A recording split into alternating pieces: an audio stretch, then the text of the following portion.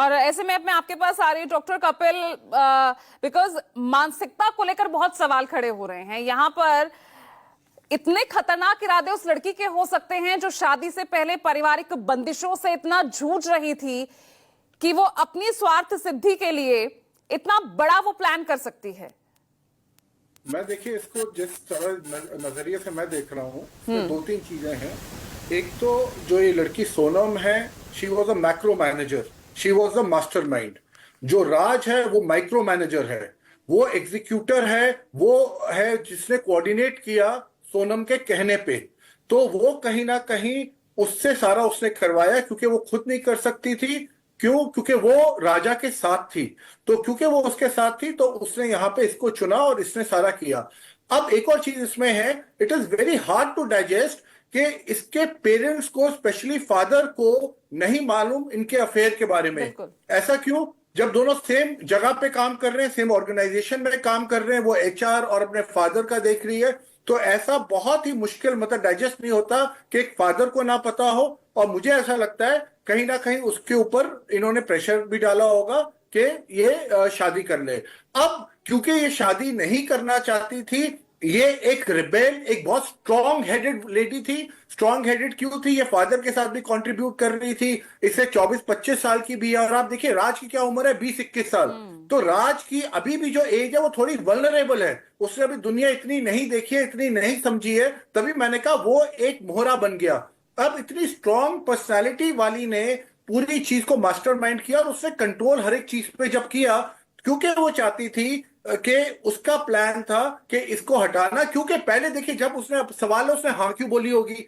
हाँ उसने शादी के लिए इसलिए बोली, ओवर कॉन्फिडेंस में उसको लगा कि मैं अपना अफेयर भी ले सकती हूँ, अफेयर के साथ साथ मैं अपने हस्बैंड को भी मैनेज कर पाऊंगी। पर जब उसने देखा मैं अपने हस्बैंड को मैनेज नहीं कर पा रही हूँ, क्योंकि कोर्टशिप के भी दौरान अगर आप उनके ब्रदर का देखेंगे, वो जब भी फोन करता था सोनम को, राजा, तो सोनम है उसके फोन का आंसर नहीं करती थी, वो उसका अवॉइड करती थी। तो जब फोन का आंसर नहीं कर रही, अवॉइड कर रही है, उससे बहुत क्लियर था कि वो उसमें इंटरेस्टेड नहीं थी। शुरू से कोई इमोशनल कनेक्ट दोनों में दूर दूर तक नहीं था।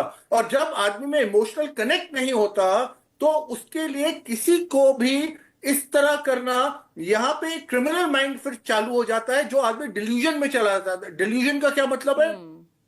वो ये नहीं देखता उसके जो एंड के रैमिफिकेशंस होंगे, कॉन्सिक्वेंसेस होंगे, वो वहां पे उसकी जो ये सब चीजें पकड़ी जाएंगी।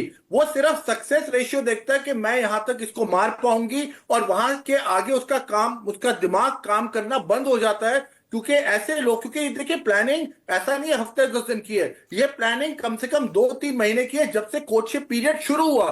तो कोर्टशिप पीरियड से ही उसने ये चीजों को बहुत डिटेलिंग करी, समझा, और हर तरीके से उसने अपने आप को बचाने की कोशिश करी कि ना तो मैं इसके साथ शादी के बाद भी कोई फिजिकल रिलेशनशिप बनाऊं, और उसके साथ साथ मैंने इसका अंत करना है। और उसके साथ, जैसे आप लोग ही बता रहे हैं, उसका बैकअप प्लान या सेकंड प्लान भी तैयार था, उसके बाद शायद मैं किसी और से शादी कर लूंगी। तो ये बहुत ही विद्रोह की भावना मैक्रो किसी लेवल शख्स में आना, सर ये किस कंडीशन में हुआ?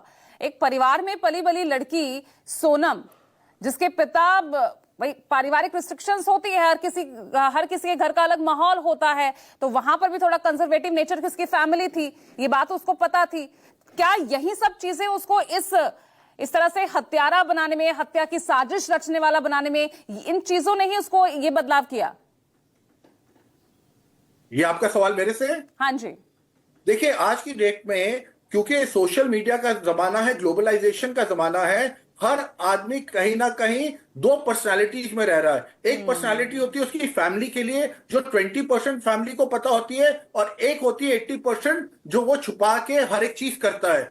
तो क्योंकि उसने हर एक चीज को रिसर्च किया, और उसकी फैमिली वालों को शक होगा, शंका होगी, और शायद मालूम भी होगा, बट उनको ये नहीं मालूम होगा कि इसने इतने आगे तक सोचा हुआ है, और हमारी बेटी बिल्कुल। और